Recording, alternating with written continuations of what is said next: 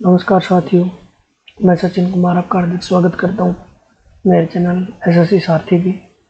हमने कल वर्ब का फर्स्ट लेक्चर किया था इंग्लिश के अंदर एंड आज हम सेकंड लेक्चर करेंगे।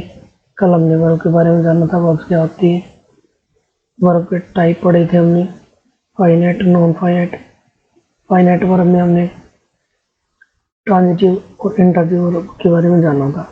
कल हमने ट्रांजिटिव कर लिया था और आज हम करने जा रहे हैं इंट्रांजिटिव वर्ब पहले। तो चलो देखते हैं इंट्रांजिटिव वर्ब क्या होती है।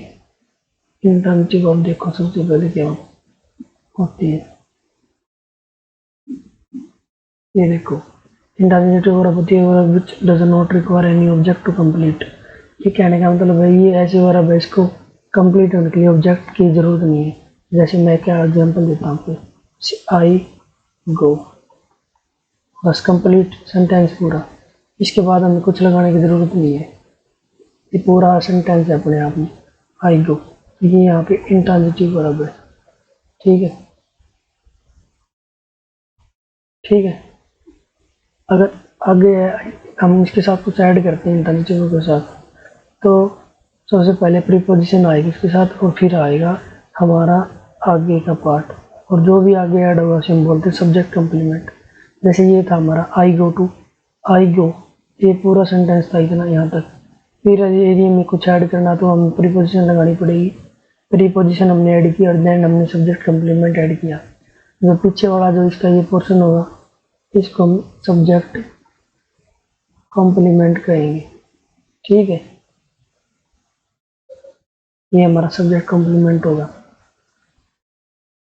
आगे देखिए, सॉरी,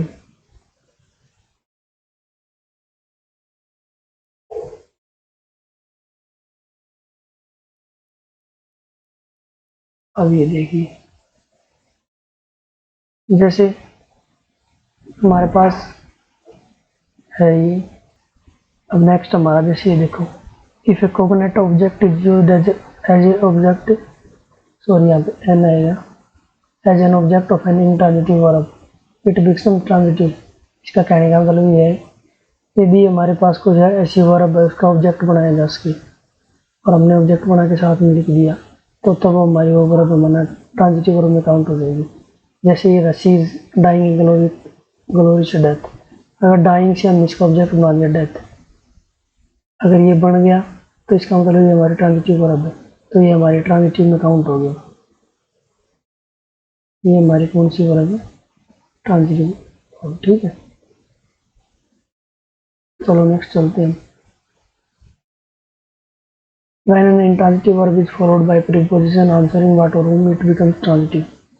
कहने का मतलब है कि इंट्रांजिटिव वर्ब है उसके बाद हम प्रीपोजिशन लगा देते हैं, और मैंने कल आपको बताया था कि व्हाट और होम दो चीजें होती है। व्हाट में क्या, हमें जो आंसर मिले नॉन लिविंग होना चाहिए,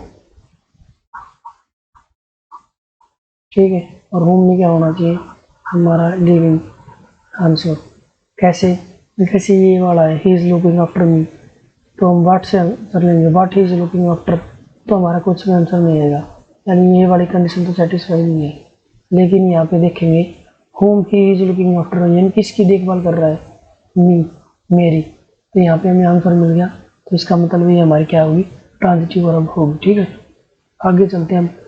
तो हमारी फाइनाइट वर्ब कंप्लीट हो चुकी है, अब आते हैं हम नॉन फाइनाइट वर्ब की। फाइनाइट वर्ब में ट्रांजिटिव और इंट्रांजिटिव दो टाइप की वर्ब थी। मैंने आपको ट्रांजिटिव के बारे में कल बताया था और इंट्रांजिटिव की वर्ब के बारे में अभी बताया। अब हम चलते हैं नॉन फाइनाइट वर्ब्स क्या होती है। मैंने बताया था नॉन फाइनाइट वर्ब्स वो होती है जिनका टेंस का, पर्सन का कोई इफेक्ट नहीं पड़ता वर्ब के ऊपर। ये मैंने आपको कल बताया था। यदि आपको अपनी पहले वाली वीडियो नहीं दिखी है तो एक बार आप वो वीडियो देखना एंड देन ये कंप्लीट करना, तभी आपको समझ आएगा। चलो नॉन फाइनाइट वर्ब में क्या होता है देखते हैं। इसमें चीजें होती हैं, टू इन्फिनिटी होता है, बेयर इन्फिनिटी होता है, जीरंड पार्टिसिपल होते हैं। टू इन्फिनिटी में क्या होगा, टू आएगी वर्ब के साथ और फिर वर्ब आएगी। बेयर में विदाउट टू, यानी बेयर का मतलब होता है बिना, बिना टू के। जीरंड में क्या होता है, वर्ब की फर्स्ट फॉर्म और आईएनजी आती है हमारे पास। एसिशियन पार्टिसिपल में है, वर्ब की फर्स्ट फॉर्म आईएनजी आती है। इन दोनों में डिफरेंस आपको आगे चैप्टर पढ़ेंगे तब पता चलेगा। चलो हम करते हैं टू इन्फिनिटी के बारे में। टू इन्फिनिटी क्या होता है? इसमें हमें क्या होता है, कुछ वर्ब्स होते हैं उनसे पहले टू आएगा हमारा। कुछ वर्ब दी गई हमें, जैसे डेटरमाइन, एग्री, एम, अपीयर, जो ये सारी वर्ब मैंने लिखी है, आप अपनी कॉपी में राइट कर लेना, याद कर लेना। याद करोगे देन फिर आप यूज़ कर पाओगे कि कौन सी वर्ब थी और किसके आगे हम टू यूज़ कर पा रहे थे। तो मैंने कुछ एग्जाम्पल्स लिए हैं, वो आपको बता देता हूँ। जैसे he is trying to complete in the exam, sorry compete in the exam, इसका मतलब क्या है भाई, वो कोशिश कर रहा है एग्ज़ाम में कम्पीट करने की।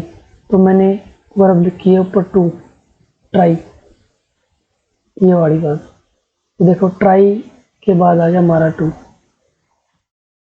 ये वर्ब इनके साथ टू आएगा। ऐसे नीचे है फेल्ड टू, ऊपर हमने लिखा है फेल, ये वाला, और यहाँ पे देखो फेल टू। तो जो ये वाली ऊपर वर्ब्स लिखी गई है ना, इनके साथ टू आएगा और देन फिर आगे हमारा कंप्लीट होगा सेंटेंस। जैसे he trying to do, he should try to do this. ये देखो he prefer coffee to tea, refer आ गया तो हमारा टी आएगा फिर आगे। ये हमने कुछ वर्ड्स लिखे थे, इनके सब टू का यूज होगा। नेक्स्ट देखते हैं हम, she does not need to come here daily. देखो नीड अगर हमारा मेन वर्ब की तरह यूज होना तो इसके बाद टू आएगा हमेशा, याद रखना। अगर ये हेल्पिंग वर्ब यूज हो, जैसे मैं बताता हूँ, he needs, एक minute, he need not go there। यहाँ पे नीड हमारी नीड से ये नीड है, ये हमारी हेल्पिंग वर्ब की तरह यूज हुई है। यदि नीड हमें हेल्पिंग वर्ब की तरह यूज हो तो उसके बाद में सिर्फ फर्स्ट फॉर्म आएगी। याद रखना है डिफरेंस है, यहाँ पे मेन वर्ब यूज हो रही है, हेल्पिंग वर्ब यहाँ पे क्या है, डज। इस सेंटेंस में डज हेल्पिंग वर्ब थी, नीड मेन वर्ब थी, उसके बाद क्या है, टू प्लस वर्ब की फर्स्ट फॉर्म। एग्जाम में ऐसे ही आता है आपके, बहुत अच्छे क्वेश्चन इस पे बन जाएंगे आपके, ठीक है। तो ये चीज़ें आप डिफरेंस को ध्यान से समझ लेना। नेक्स्ट हम चलते हैं। नेक्स्ट है कि when there is a past habitual action use to will be used. अगर पास्ट की हैबिट की बात हो हमारी तो यूज टू यूज होगा। जैसे ये है, I use to go to school by bus, भी मैं स्कूल में बस से जाया करता था,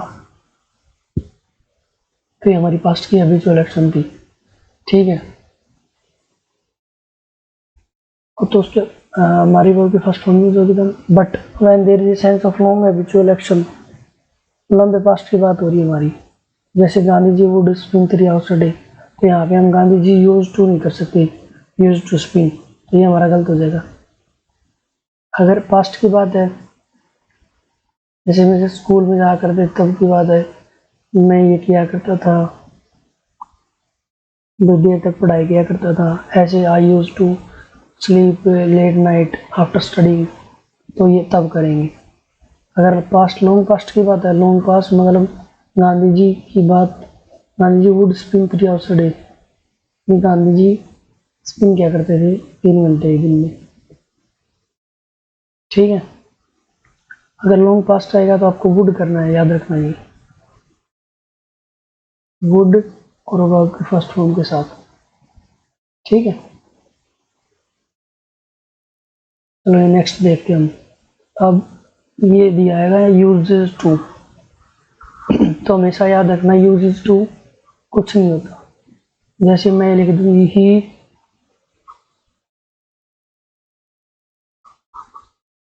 यूजेस टू गो देयर, तो ये हमारा गलत है, यूजेस टू होता ही नहीं, सिर्फ यूज्ड टू होता है, याद रखना यार, ये इंपॉर्टेंट चीज़ है, ठीक है। नेक्स्ट हम ये देखते हैं, जैसे he use to come here daily, मैंने ये सेंटेंस लिखा है, इसमें गलती देखो आपको क्या नजर आ रही है। मैंने बताया he use to come here daily, daily कौन सी वर्ब होगी, इसमें आता है प्रेजेंट में डेली, और यूज टू को याद रखना वैसा पास्ट में यूज होगा ना कि प्रेजेंट में। तो ये हमारा क्या हो गया, गलत हो गया। तो हमें ठीक क्या करना पड़ेगा, यहाँ तक ठीक है, यहाँ तक ठीक है। हम क्या करेंगे, हम डेली को काट देंगे और यहाँ पे लिख देंगे he used to come here. तो ये हमारा सेंटेंस ठीक हो जाएगा। नेक्स्ट हम चलते हैं। If A question word is followed by main verb just after them to is placed between question word and main verb।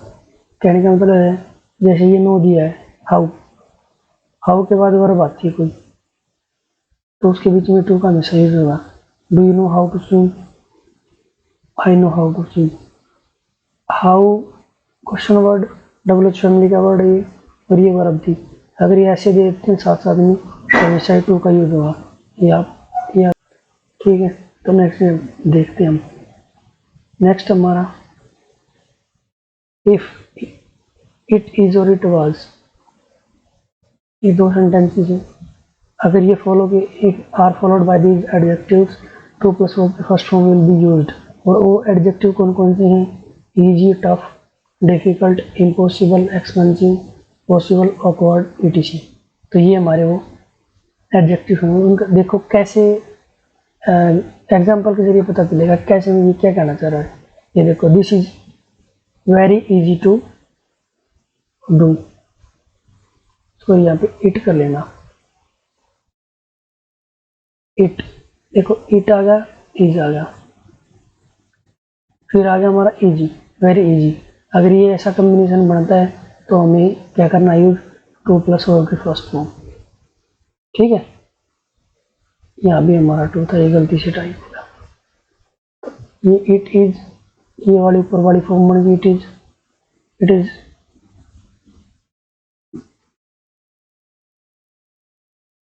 Sorry, ये हमारा गलत है, यहाँ पे गलत टाइप किया हुआ है। तो मैं आपको दूसरा बता देता हूँ। ये देखो,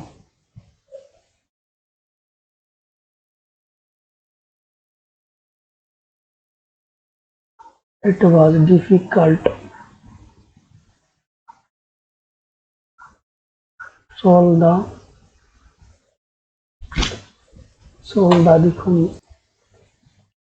देखो solve the question। It was difficult, it was हमारा देखो सेंटेंस बन गया ये, इट वॉज, और फिर हमारा ये एडजेक्टिव होगा डिफिकल्ट, तो उसके बाद टू और फर्स्ट फॉर्म का यूज होगा। ठीक है, आगे चलते हैं हम। टू इन्फिनेटिव में भी use as a subject and. अब हम आगे नेक्स्ट में देखते हैं। टू इन्फिनेटिव में भी use as a subject and can be replaced by gerund. Gerund क्या होता है, मैंने आपको ऊपर बताया था कि वर्ब की फर्स्ट फॉर्म के साथ आईएनजी लगा होता है, वो जीरन होता है। देखो, to swim is my hobby, to swim, ये हमारा टू इन्फिनेटिव था, तो हम इसको किससे रिप्लेस कर सकते हैं, जीरन से। स्विमिंग इज माई हॉबी, तो ये चीज़ थी, to swimming is my hobby, और इसको हम रिप्लेस कर दिया swimming is my hobby. Next चलते हैं। अब देखते हैं, जैसे टू प्लस वर्ब की first form is used to qualify a noun, but in case it will be followed by preposition। इसका मतलब क्या है, इसका मतलब है जैसे टू पर वर्ब की फर्स्ट फॉर्म है टू लीव, ये हमें दी गई है और इससे पहले हमारे पास एक नाउन। ठीक है, हमें एक नाउन दे दिया, इस नाउन को क्वालिफाई करने के लिए हमें क्या करना पड़ेगा, प्रीपोजिशन का यूज करना पड़ेगा। तो ये कहना चाह रहा था। देखो एक एग्जांपल हो रहा है, जैसे she wants a pen to write with, ये पेन हमारा नाउन आ गया, टू प्लस वर्ब की फर्स्ट फॉर्म आ गई इसके बाद, लेकिन इस पेन को क्वालिफाई करने के लिए हमें एक प्रीपोजिशन चाहिएगी, दैट इज विद। तो ये हमारी प्रीपोजिशन होगी। ठीक है, नेक्स्ट देखते हैं। देखो, she has a knife to cut with, a knife, यहाँ पे ये नाउन हो गया और नाउन के बाद क्या गया, टू प्लस वर्ब की फर्स्ट फॉर्म आ गई, तो हमें नाइफ के लिए क्या यूज करना पड़ेगा, with. She has a knife to cut with, ये मेन चीज थी। नेक्स्ट चलते हैं। ये सिंटैक्स हमारा देखो, सब्जेक्ट प्लस वर्ब की वर्ब दी गई है मैं do, plus nothing else, plus but except तब क्या यूज होगा, वर्ब की फर्स्ट फॉर्म यूज होगी। ये चीज़ें आपको एग्जाम्पल से समझाता हूँ। देखो जैसे he does nothing else but waste his time, ये डज डू अगर यहाँ पे यूज हो गया एज ए मेन वर्ब और एल्स बट दिया ये वाली फॉर्म है, तो यहाँ पे सिर्फ और सिर्फ वर्ब की फर्स्ट फॉर्म का यूज होगा। आपके एग्जाम में ऐसे ही आती है, एग्जाम में यहाँ पे टू वेस्ट दे देगा, आपको क्या देखना है, यहाँ पे सिर्फ ओनली डज मेन वर्ब है, तो यहाँ पे करना क्या है, टू गलत है, यहाँ पे सिर्फ वर्ब की फर्स्ट फॉर्म आएगी, ऐसे करना है। नेक्स्ट देखते हैं, जैसे सब्जेक्ट प्लस वर्ब की वर्ब दी गई है हमें डू के अलावा, एक्सेप्ट डू, डू नहीं हो मेन वर्ब, और ये वाला पैटर्न दिया है nothing else but except, but या हो या फिर एक्सेप्ट हो, तो क्या होगा, टू प्लस वर्ब की फर्स्ट फॉर्म का यूज होगा। कैसे, ये देखो जैसे he does not tell anything else but to walk outside, does यहाँ पे क्या है, हेल्पिंग वर्ब, टेल क्या होगी यहाँ पे, मेन वर्ब। मैंने क्या बताया, अगर डू मेन वर्ब हो तो सिर्फ फर्स्ट फॉर्म का यूज होगा, लेकिन यहाँ पे मेन वर्ब डू के अलावा कोई भी हो तो यहाँ पे क्या होगा, यहाँ पे टू प्लस वर्ब की फर्स्ट फॉर्म का यूज होगा। ये मेन चीज़ें थी। इंग्लिश में आपको बहुत से एरर क्वेश्चन आएंगे जिनमें ये वाली गलती मिलेगी आपको, तो इस चीज़ को आप ध्यान से देख लेना और याद कर लेना, ये वाला पैटर्न। चलो नेक्स्ट चलते हैं। The following adjectives follow it is or it was, then verb first form, to plus verb first form will be used। कहने का मतलब क्या है, अगर ये एडजेक्टिव दी गई में kind, honest, generous, fair, selfish, तब क्या होगा, ये वाला सिंटैक्स देखो आप, it is nice of you, it is वाला पैटर्न दे दिया, फिर ये वाली एडजेक्टिव दे दी, इनमें से यहाँ पे नाइस भी है, ये वाली दे दी, देन ऑफ यू, तो यहाँ पे क्या यूज होगा, टू प्लस वर्ब की फर्स्ट फॉर्म। ये पैटर्न है, आपको ध्यान रखना है। क्वेश्चंस में आप जब एरर करोगे तो आपको पता चलेगा कि ऐसे हो रहा है ये, ठीक है, कोई बड़ी बात नहीं है इसमें, बिल्कुल ईजी चीज़ें ही। आगे देखो आप, जैसे इट इज़ दे दिया ये वाला सिंटैक्स, फिर हमें ये वाला एडजेक्टिव दे दिया, देन इसके बाद ऑफ यू, देन यूज क्या होगा, डू, टू डू। अगर हम डू यूज कर देंगे नहीं यहाँ पे ओनली डू, तो ये हमारा गलत हो जाएगा सेंटेंस, तो हमें यूज क्या करना है, टू डू। तो ये चीज़ थी इम्पोर्टेंट इसकी। नेक्स्ट मैं आपको बता देता हूँ अभी। नेक्स्ट देखो, एडजेक्टिव है ये वाले, ये हमेशा ही जो दिए गए, जैसे sorry, glad, disappoint, disguise, surprise, ये वाले हमेशा ही टू से फॉलो होंगे, ठीक है। जैसे I am glad to meet you, जैसे ग्लैड दिया था तो इसके बाद क्या आ गया, टू, तो ये वाले जो sorry, glad, disappoint, disguise, surprise, ये वाले हैं हमेशा टू से फॉलो करेगा इनको, ठीक है। जैसे I am disappointed to fail in the exam, मैं भी पेपर में फेल होने से निराश हूँ, तो डिसअपॉइंटेड के आया, देन इसके बाद टू आया, तो ये वाली चीज़ें थी। एक बार हम रिवाइज कर लेते हैं स्टार्टिंग से, हमने क्या पढ़ा। हमने पढ़ा इंट्रांजिटिव वर्ब के बारे में, ये इंट्रांजिटिव वर्ब ये होती है, इससे ऑब्जेक्ट की आवश्यकता नहीं होती है। यदि हम इसके पीछे कुछ ऐड करना है, इसके पीछे कुछ ऐड करना है तो हमें प्रीपोजिशन की जरूरत पड़ेगी। देखो जैसे ये था आई हो, इंट्रांजिटिव वर्ब थी, इसके पीछे कुछ ऐड करना है तो हमें किसकी जरूरत पड़ी, टू की, यानी प्रीपोजिशन की, ठीक है। नेक्स्ट चलते हैं, कॉग्निट ऑब्जेक्ट, इसका मतलब था वर्ब दी गई थी, हमें अगर उससे कोई ऑब्जेक्ट हमारा बनता है देन वो ट्रांजिटिव वर्ब हो जाएगी। तो मैंने आपको बताया था कि यदि हमारी कोई इंट्रांजिटिव वर्ब है, वो हमारे वाट और होम का आंसर दे देती है, उसके प्रीपोजिशन लगने के बाद, लुकिंग आफ्टर हमने प्रीपोजिशन लगा दी, एंड देन हमारा वाट और होम का हमें आंसर मिल रहा है, एक का भी मिल रहा है, तो हमारी वर्ब कौन सी हो जाएगी, ट्रांजिटिव वर्ब हो जाएगी। फिर हमने फाइनाइट वर्ब के बारे में पढ़ा था, नॉन फाइनाइट के बारे में कौन कौन सी होती हैं, टू इन्फिनेटिव, बेयर इन्फिनेटिव, जीर एंड पार्टिसिपल्स, फिर मैंने आपको इनके बारे में बताया। तो आप एक बार इस वीडियो को दोबारा देख लेना, आपको सारी चीज़ें समझ में आ जाएंगी, ठीक है। और मेरी आपसे रिक्वेस्ट है, इस चैनल को ज़्यादा से ज़्यादा शेयर कीजिए, क्योंकि I am doing very hard work for this. मैं कंटेंट को रेडी करना भी हार्ड काम है थोड़ा। तो आप इस मेन बात ये है, मेरे को करनी है लोगों की हेल्प, मेरे को पैसे नहीं कमाने हैं इस वीडियो से। मोटिव मेरा ये, मैं गांव से हूँ और गांव में बैठ के फिलहाल वीडियो बना रहा हूँ। गांव में बच्चों को मेरे को पता है कि कितने इंग्लिश में कितने पीछे रह रहे हैं वो लोग। तो आप वीडियो को ज़्यादा से ज़्यादा शेयर कीजिए उन बच्चों के पास जो कहीं ट्यूशन पे नहीं पढ़ पा रहे हैं इंग्लिश। वैसे मैं मैथ सेक्शन भी कराऊंगा, लेकिन अभी नहीं करा रहा, उसको पहले इंग्लिश कराएंगे हम। तो मेरा मोटिव यही है कि हेल्प करनी है अपने को ज़्यादा से ज़्यादा। तो मेरी वीडियोज़ को आप शेयर कीजिएगा और चैनल को सब्सक्राइब करवा दीजिएगा। आपके यदि छोटे भाई बहन भी पढ़ते हैं क्लासेज में, मैंने एक चीज़ देखी है, जैसे हमने 10th की 12th की, यदि उस टाइम हमें इन चीज़ों का पता होता तो बहुत अच्छा रहता हमारे लिए, हम बहुत अच्छा ग्रो कर पाते एजुकेशन के फील्ड में।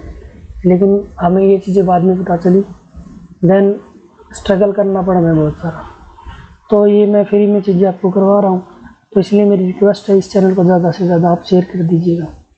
थैंक यू, आज के लिए इतना ही, फिर कल मिलते हैं, बाय।